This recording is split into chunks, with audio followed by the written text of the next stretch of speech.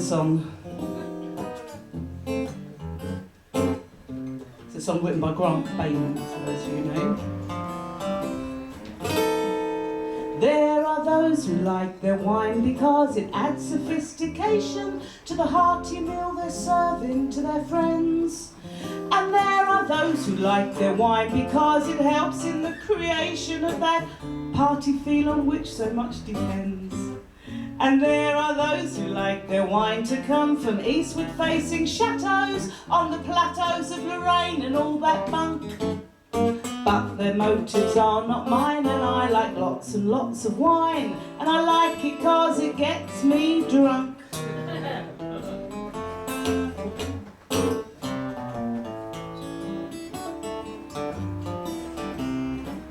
Well, there are those who like a glass because it helps them to relax. They find it helps their social manner to improve. Well, that's a very useful scheme, which I've taken to its logical extreme. Sometimes I get so well relaxed I can't move. And there's another sort of fellow, drinks champagne to make him mellow. He swears by Clicquot, Bollinger and Brut. I tried some Brut myself, I found it on the bathroom shelf, and he was right, it got me mellow as a newt. You can judge your wine by the quality of the vine, by the colour, the bouquet, or all that junk. But it all comes back to the falling over factor, and the fact that it gets you drunk.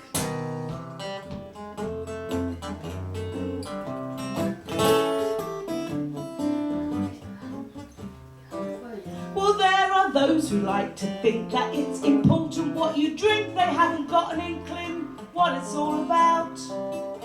Well, they spend their evenings wasting decent drinking time by tasting drops of this and that, then spitting it all out.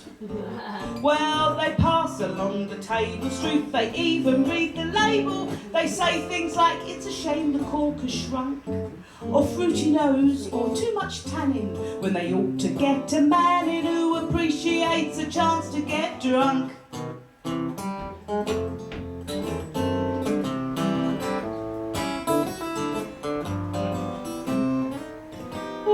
Spend their time describing what they ought to be imbibing, which is wine, of course, although you'd never think it. Because they use words like young and promising, precocious, full of fun. You'd think they were going to adopt the stuff, not drink it. And at a meal, these silly arses have a row of empty glasses, a different wine with every dish they eat. Well, me, I mix whatever's handy in a stiff all-purpose shandy, which goes very nice with fish or shredded wheat. You can judge your wine by the quality of the vine, by the colour, the bouquet, or all that junk.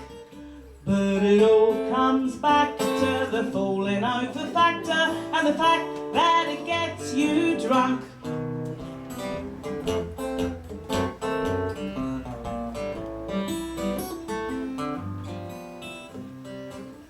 Well, there are those who take delight pronouncing all the labels right.